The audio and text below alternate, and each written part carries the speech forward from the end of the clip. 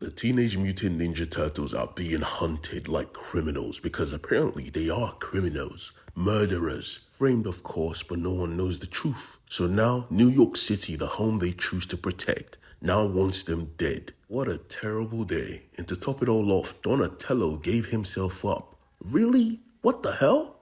Now his brothers choose to find him and save his life. But here's the thing, the Foot Clan owns New York at the moment. And with key insight as to how the Turtles operate, they made sure to keep Donatello out of reach, even from Michelangelo's crazy self, because he just pulled up to the building and just started fighting everyone. I mean, this brother fought from the down floor to the top floor of the entire building filled with Foot Clan soldiers. He was him. It was only after he got to the top and started screaming Donnie's name, he realized Donatello wasn't even in the building. He saw Raphael and was like, "Did you fight from the down floor as well?" But Raphael was like, "Nah, son. I came from the window like a normal person. The hell is wrong with you? You ain't some Terminator?" You would come to regret those words because, yeah, they were trapped instantly. This was a trap. Now, both of them were stuck in the building and both of them did not like each other at this point. So they both had to lock in and accept each other's help because the ninjas had blowtorch. It ain't nothing though. They Ninja Turtles. Michelangelo was in a bad way because he got stuck with arrows, swords, poison. I mean, he was wicked wrecked. They got back to the land. They saw Leonardo just chilling. "What the hell, Leo? Why didn't you come with us to go save Donnie?" He just responded, "That's not our path. You're not listening to father." He was like, "You too?" Because prior to this, Donatello was talking to a dead rat. Now apparently Leonardo was doing the exact same. "Nah, man, I ain't with this crazy shit. If all of you are losing your minds, I will not lose mine." Raph and Leo started to argue, but Michelangelo just left like, "Nah, fuck this. I'm going to find my brother on my own." He was like, "God damn, if you're going, stop crying." Leonardo looked at Raphael like, "Yeah, he's not crying. That's father." Jesus Christ, you were right. Because now he could hear his father as well. Where was Donnie at the moment, you may ask? Well, he was captured, and for some reason, this dickhead midget motherfucker pulled up like, "Yeah, you captured, son. I'ma capture your brothers too." But Donatello could see for some reason. He could see everything, including your crimes and your sins. "I see what you're doing to New York. You're trying to poison the city just like you're poisoned, filled with rage. I understand a mutant killed your parents, but after killing the mutant, did you find peace?" He was confused like, "How the hell did you know that shit?" Man, I'm out of here. He did not want to confront a turtle that knows everything. But don't worry about it. It wasn't just Donnie showing new abilities because for some reason, April was now in tune with the rats of New York. And if you know New York City, there's a lot of rats, bruh, and they everywhere. Regardless, Michelangelo had decided to strike out on his own to find his brother, and that led him to the subway. Now don't get it twisted, homeboy was just crashing here, and that is when he saw a homeless man with his shirt. He thought it was a fan and was about to show appreciation when he got interrupted by some humans in animal masks. Now these guys were here to simply cause chaos and to give mutant kind a bad name, causing New York to in turn hate mutants more and more. Michelangelo was not having this. Maybe when they pulled up, they thought he was a sucker, but he wasn't. He's Mikey. He only took them seconds to realize, yeah, they're going to need a Glock for this one. But even that didn't stop shit, because as soon as he popped those glasses in, it was over. He beat them down singing his theme song. And yeah, for those of you who don't know, Michelangelo was technically a millionaire before all of this. He had his own TV show in Tokyo and shit. He was popular. Which is why he followed the homeless man to his encampment, because apparently his shirts were abundant there. On the way, he found out exactly what was happening to New York. Somebody wanted New York to rip itself apart. He pulled up and saw everyone wearing his shirts, and he tried to feel like a superstar. Come to find out that they were giving out these shirts for free. And in that moment, he laughed, because he realized this ain't me. This is not what I'm supposed to be doing. I'm supposed to be protecting New York City, and he was going to do that. That night, he found every single mutant impersonator he could, and he put them on the ground. But he wasn't the only one. His brothers had the same thought, because they heard the voices from their father. Michelangelo didn't hear shit. Matter of fact, it looks like he took to the superstar life too much, because you have a dead rat on your shoulder, Leonardo. God damn, that's gross. It smells, bruh. But I guess this was not the time to handle it because they were instantly surrounded. But this time they were locked in, or so they thought. Because while fighting, Michelangelo just kept hearing sounds. Something was crying. Someone was screaming. And that is when he realized it too. "Father, is that you? Before he could even confirm this, he got knocked the hell out. I mean, what else did you expect? You need to keep your ruthlessness, your focus, just like Raphael, because when he went to prison, at first it was just fighting on fighting on fighting. But you see, Raphael discovered something quickly.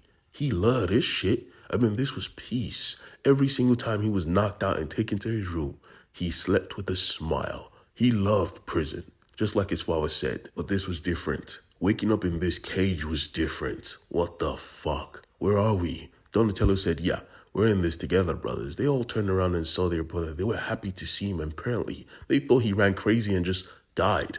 But you see, Raphael was sad because he wasn't hearing the voices no more. I can hear Master Splinter. In this moment, they were too broken. They needed a leader. So they decided to lock in because they didn't need their father. They knew the right choices to make. And so they decided to forgive each other. Or at least everyone did except for Michelangelo, because he kept bringing up the fact that they left him. God damn, he was fucking up the mood. Instantly they started fighting again. Mind you, they ain't teenagers no more. They full-blown adults at this point. Donatello just got so frustrated, he said, enough. It's time to sleep. We need the energy for tomorrow. Tomorrow? Yeah. Our day in court. These guys were about to go to court. And at that exact same moment, Casey Jones woke up and he was screaming the name of the man that shot him in the gut.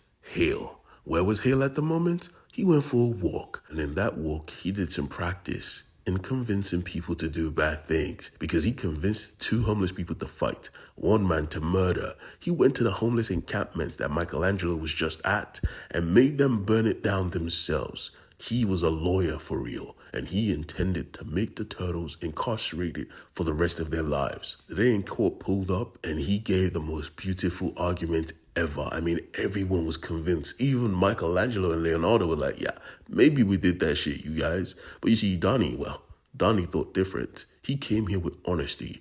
My name is Donatello. I'm a ninja, the son of the Hamato clan, and I came here to tell you guys, we did not do this. Thank you. And he just sat down. Everyone was like, what the hell is going on? His brothers were confused, but I mean, that was the truth. They did not do it. Simple. But yeah, oftentimes the truth just ain't enough, especially because in his briefcase was a dead rat. Everyone was just smelling it in the whole courtroom. These guys are not serious at all. The witnesses came through and we see these were the criminals that they stopped.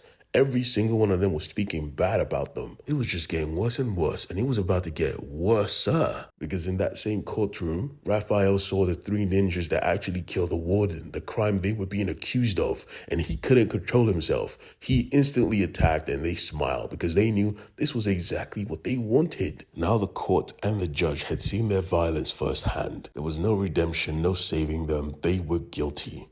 Right?